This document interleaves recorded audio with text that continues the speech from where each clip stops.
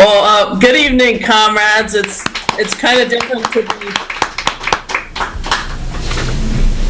be speaking from my dining room table. It's a new experience. Behind me is a print of the famous Diego Rivera auto industry mural that is in the Detroit Institute of Arts.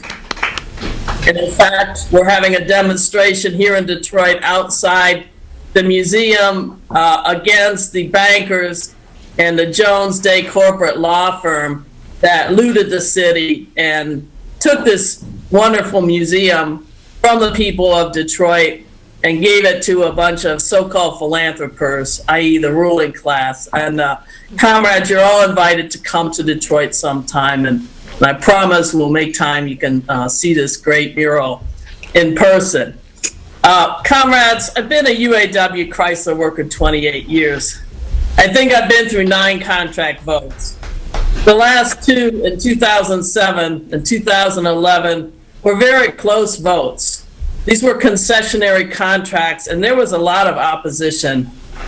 But in between those 2 votes was the 2009 bankruptcy, and the workers were threatened that the whole company would be liquidated and we would all be out of a job if we didn't accept a whole new round of concessions on top of all the givebacks that were already in the 2007 contract. If we didn't accept these concessions, the government would not lend the company the money that it needed to survive. Thus, the purse strings of the capitalist state were used to dictate contract terms that we never would have agreed to under normal economic circumstances. These mid-contract modifications rolled back the gains of decades of struggle and undercut basic union standards for the whole working class. One of many setbacks was an agreement which is unprecedented in the auto industry and I think in the private sector. I've seen these clauses in the public sector.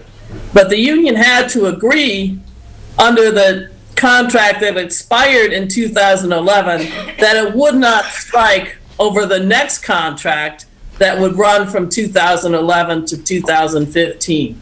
All unresolved issues would have to go before an arbitrator. That way, the fear of arbitration was used to intimidate the workers in 2011 into narrowly accepting a horrible contract that basically continued for 4 years all of the concessions made during bankruptcy. And also between GM and Chrysler, at least 24 plants were closed. And we know about the many nerships and mechanics that lost their jobs. It was a horrible experience for workers. And as you know, my plant near Cleveland closed, where I worked for 20 years. And that's why I'm here in Detroit, because I had to move just to save my job. This attack on the UAW set the stage for the attack on other unions, principally the public sector unions, like all the horrible bills in Wisconsin that triggered the uprising, and the theft of retirees' pensions, city workers' pensions in Detroit, and numerous other attacks. Comrades, in 28 years, I have never experienced anything like this movement in opposition that has emerged around this contract vote. It was not even close. 2-1 against this contract on the average, and in some plants even higher. 87% of the members of Local 12, which represents the workers at Toledo Jeep, voted down this contract. But it wasn't just the votes. Workers became organizers. They made t-shirts, they rallied, they talked to their co-workers, they got leaflets around. These are things that we're experts at. But workers on the shop floor became experts almost overnight. This is more than a vote. This is a movement. It's not an uprising, it's not even a strike, but it's a breakthrough in struggle and in consciousness. And it's happening, as we understand, it's happening in a broader context. Capitalism is at a dead end, and it's baring its teeth at the workers and oppressed. A company like Veolia Transdev, or a CEO like Sergio Marchionne, the CEO of Fiat Chrysler Automobiles, FCA, which was formed by the merger of Fiat and Chrysler that was orchestrated under the bankruptcy proceedings. Marchionni, who famously said, the UAW had to get used to a culture of poverty. These kinds of bosses are on the ascendancy. They're the kinds of bosses that finance capital that's pushing austerity all over the world. They're the kind of bosses they like. And you have the right wing of the Republican Party on the rise. But our side, the workers and oppressed, we too are on the ascendancy. Black Lives Matter has awakened the masses. Veolia can be beat. And in this context, workers at FCA sent a message loud and clear. I'm going to share a chant that I can't, in this particular case, take credit for. Is for workers in Toledo that organized a rally outside a so-called information meeting. Hell no, Sergio. The workers are seeing the capitalist assault with lies. The bankruptcy that the company calls a, quote, near-death experience is in the distant past. Profits are sky high. Marchionni paid himself $72 million last year, more than twice the compensation of Ford CEO Al Mulally. Auto sales are actually higher today than before the 2008 auto recession that triggered the GM and Chrysler bankruptcies. FCA has gained market share and has seen sales gains for 66 consecutive months. The workers want back what they gave up. It's a pent-up feeling.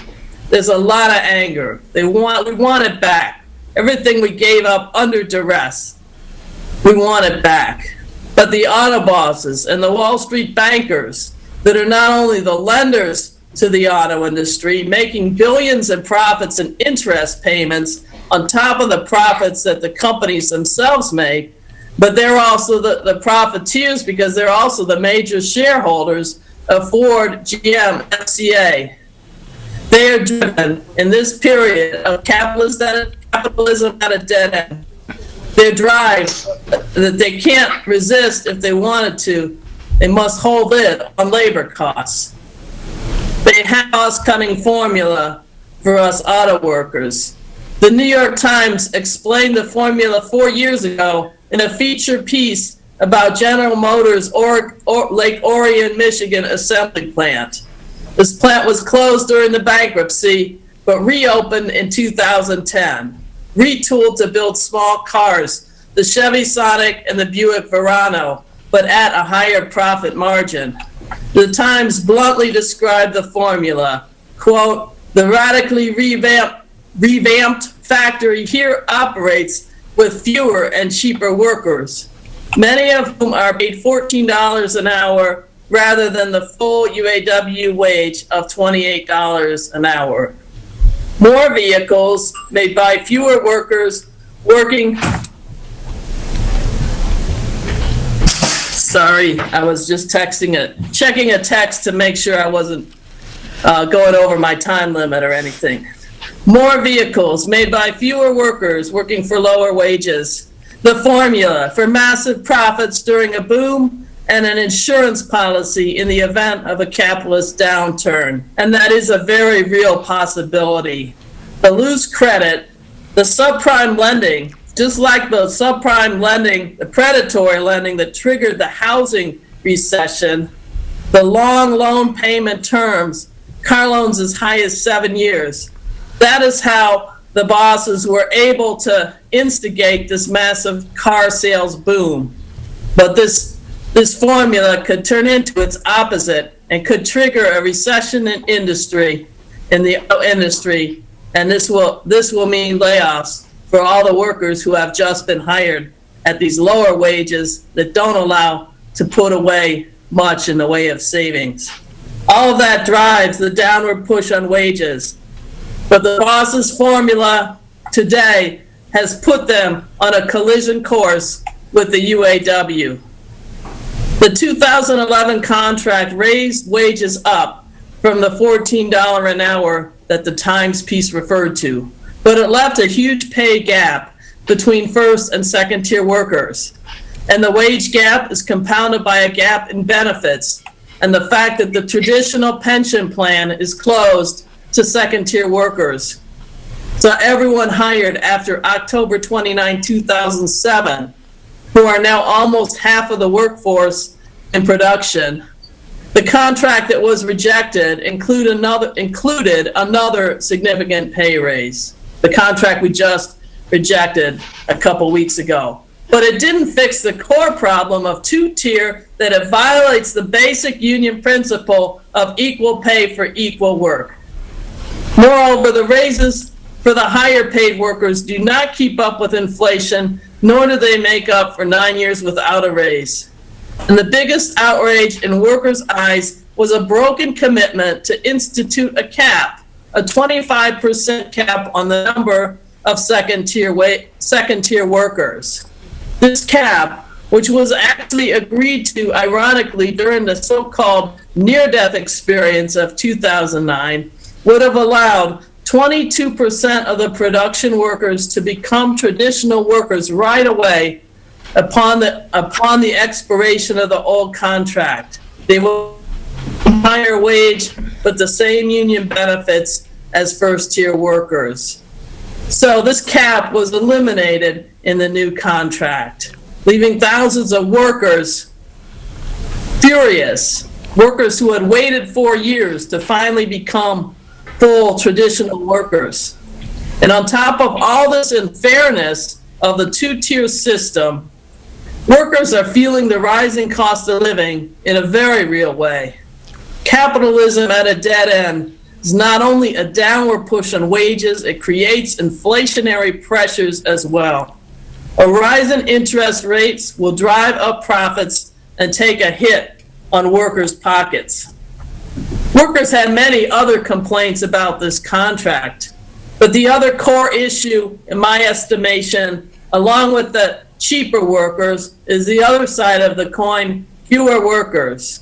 When the new contract was rolled out, attached to it was a highly touted $5.3 billion investment commitment. This including moving all car production out of the UAW family of plants, presumably to Mexico. FCA announced a radical restructuring, moving products out of one plant and into another. And what is the outcome of this musical chairs game? It's going to leave somebody standing. It's going to leave who knows how many workers without a job. Because what do they do? Every time they make an investment, it's to bring in new technology that further cuts jobs, that continues the formula of fewer workers, more vehicles built per hour is exactly what the bosses want. So another reason, a big reason we voted no, was to protect our right to our jobs.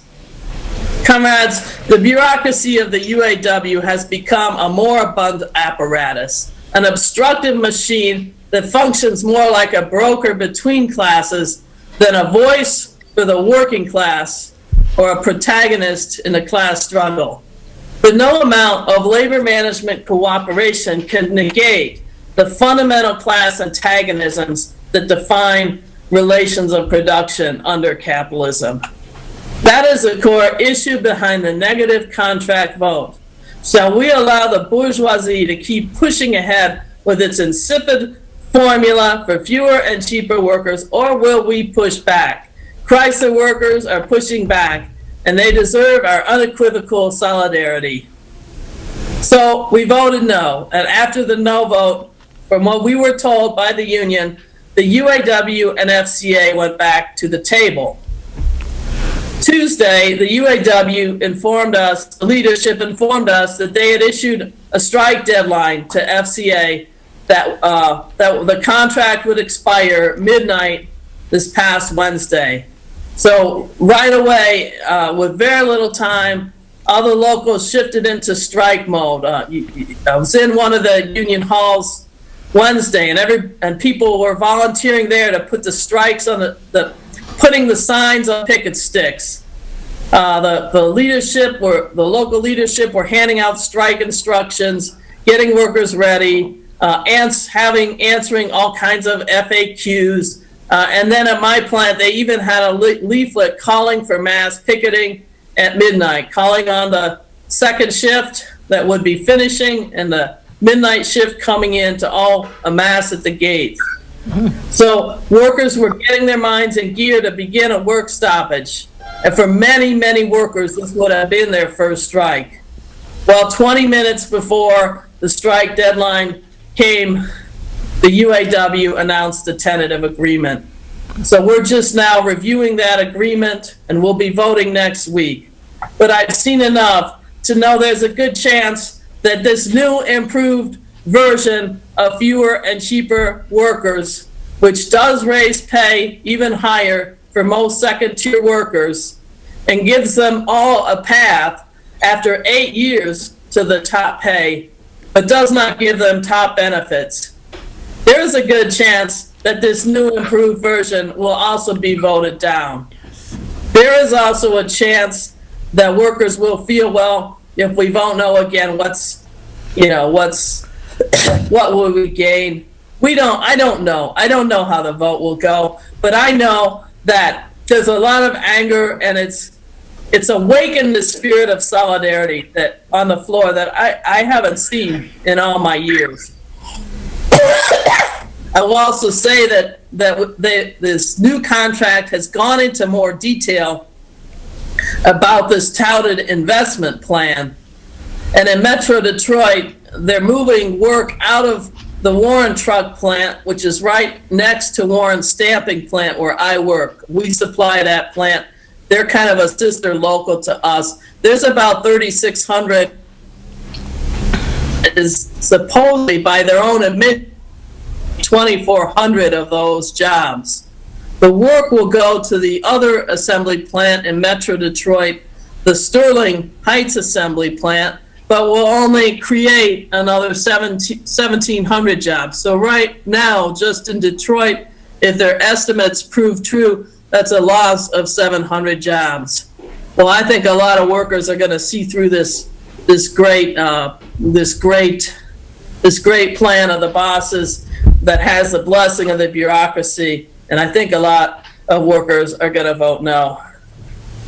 Comrades, I don't know if you've seen my latest article online or have the latest paper in your hands, but I'd like to close by drawing your attention to a photo of 5 workers, Latino and white workers. They're all wearing the same t-shirts. The shirts say, "Solidarity, no more tears, vote no." They've all got their thumbs down. That was sent to me by a brother at a parts warehouse in California. He and one other worker are first tier. The other 3 are second tier.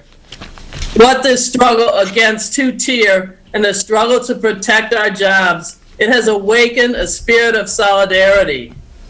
That is something that can't just be, how should I say it? The bureaucracy cannot put the spirit of solidarity back in the bottle. They have a problem. They cannot just throw money at us and think that we're going to abandon the fundamental union principle of an injury to one is an injury to all. And we say no to 2-tier. We say hell no, Sergio. Solidarity forever. Thank you, comrades. Martha, in the contract that is going to be discussed, do you know if there's any change in the alternate work schedule that Fiat Chrysler has actually imposed, where Saturday is considered a work day and people have to swing between shifts? Do you have any information on that? Because that's so disruptive to people's lives.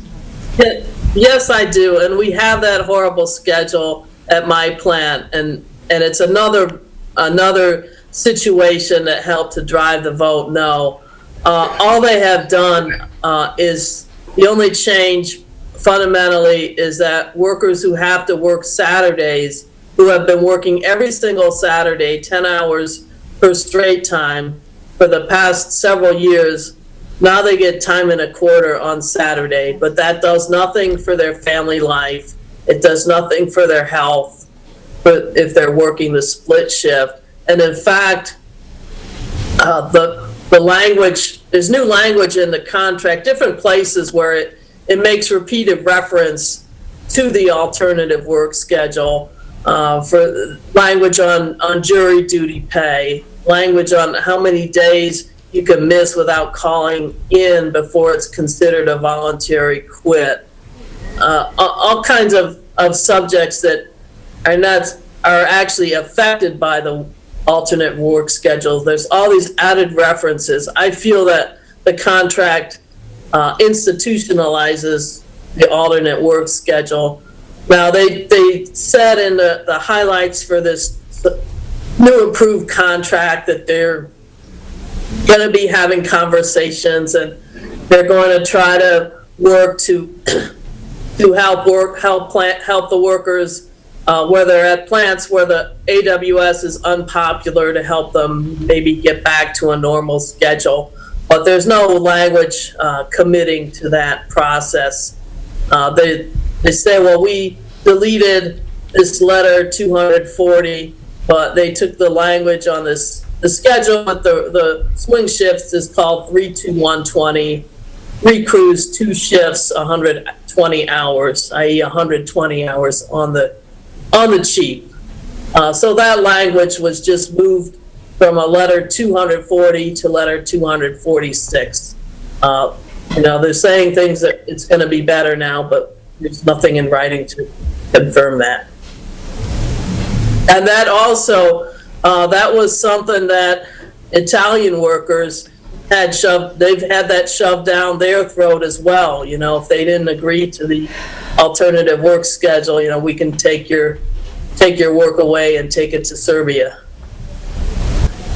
The company is hell-bent on eventually creating a one-tier structure, meaning everyone will be at the lower rate of pay and with the substandard benefits as the traditional workers leave the company, retire, die, whatever.